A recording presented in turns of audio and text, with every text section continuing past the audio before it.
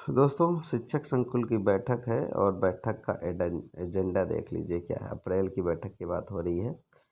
ठीक है, शुभारंभ होगा। बैठक के वातावरण को सहज एवं सीखने सिखाने के अनुकूल बनाना है।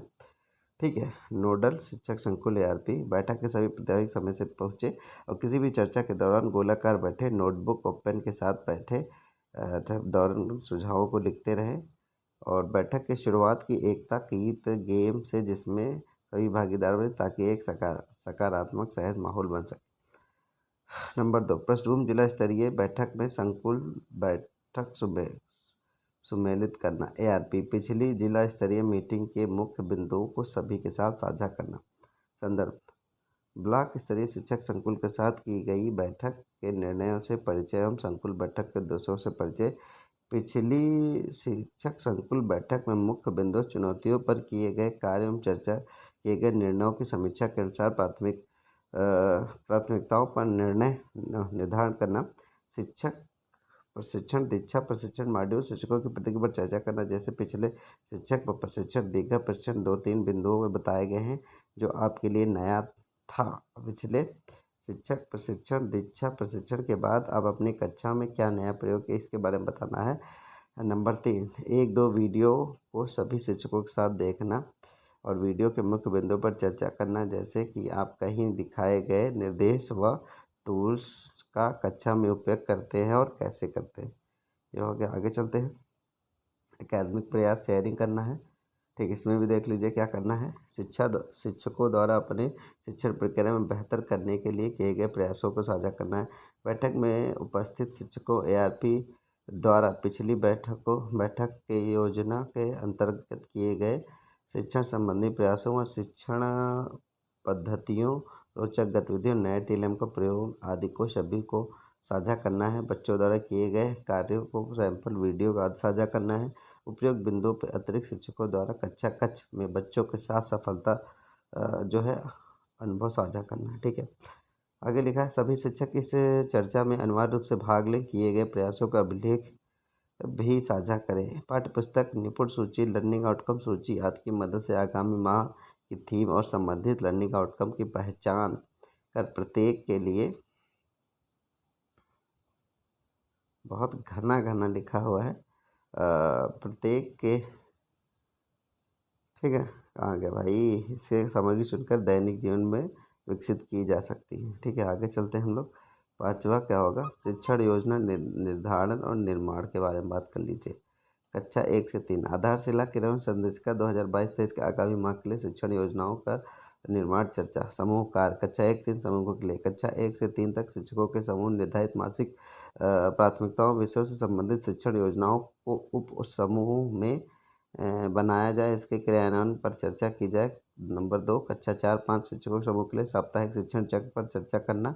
चर्चा के पश्चात बड़े समूह में चर्चा के मुख्य बिंदुओं को साझा करना। कक्षा 6 से 8 शिक्षकों के समूह नोट 1 से 3 का निर्धारित मासिक प्रतिमा एजेंडा अंत में उल्लेखित करेंगे। कक्षा 4 से 5 शिक्षकों के समूह विभिन्न विषयों से संबंधित शिक्षण योजनाओं को उप समूहों में निर्माण करना, इसके क्रियान्वयन पर चर्चा करना। चर्चा के पश्चात बड़े समूह में चर्चा के बिंदुओं को साझा करना। चलिए आखिरी आगे बढ़ना, काफ़ी लंबा हो गया। नंबर 6, शिक्षण योजना क्रियान्वयन हेतु उपकरण निर्माण और प्रस्तुतिकरण। कक्षा 1 से 3 आधारशिला क्रियान्वयन संदेशिका 2022 आगामी माह के लिए तैयार शिक्षण योजनाओं का प्रस्तुतिकरण आकलन प्रपत्र बनाना। समूह कार्य कक्षा 1 से 3 से शिक्षकों के समूह देख लीजिए, इसमें क्या करना है।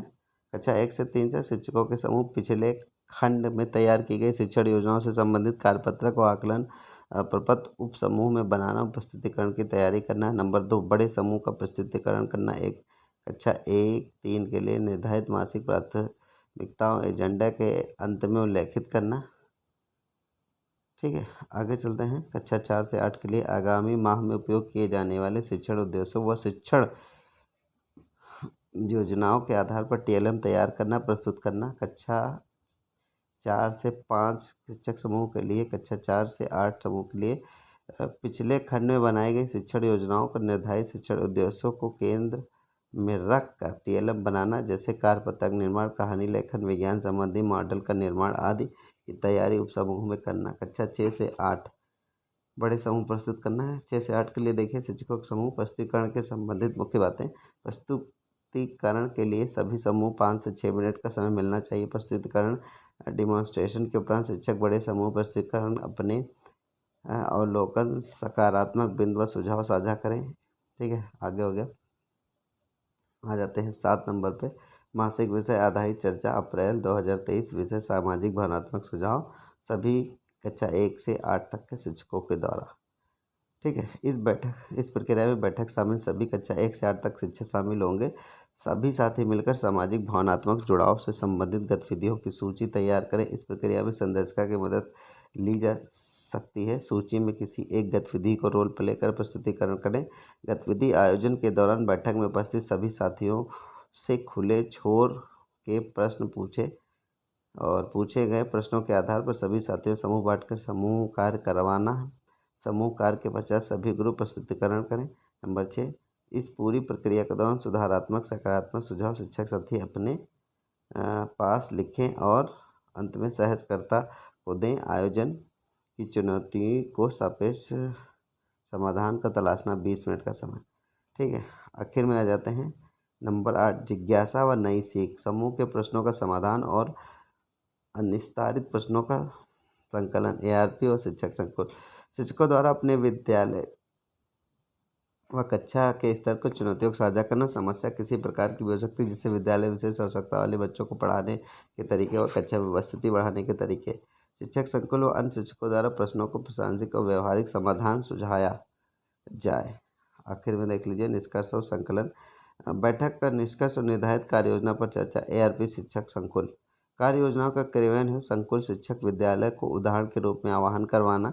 ARP शिक्षक संकुल द्वारा शिक्षण योजनाओं को आधार बनाकर कार्य करने, आकलन एवं पीछे छूट रहे बच्चों के साथ रिमेडियल कार्य नियमित रूप से करने और बच्चों को समूह जोड़ें, व्यक्तिगत रूप से कार्य करने के मौके दें। शिक्षक संकुल द्वारा DCF भरा जाना 10 मिनट में एक काम होगा। ठीक है दोस्तों, फिर मिलते हैं एक और वीडियो के साथ, तब तक बने रहिए। नमस्कार दोस्तों। याद रहे, शिक्षक संकुल निपुण भारत मिशन की सबसे महत्वपूर्ण कड़ी है। सभी शिक्षकों को रोल मॉडल बनने के लिए आपकी तैयारी, शिक्षण सामग्री, समझ, आपके सुझाव अत्यंत महत्वपूर्ण रहेंगे।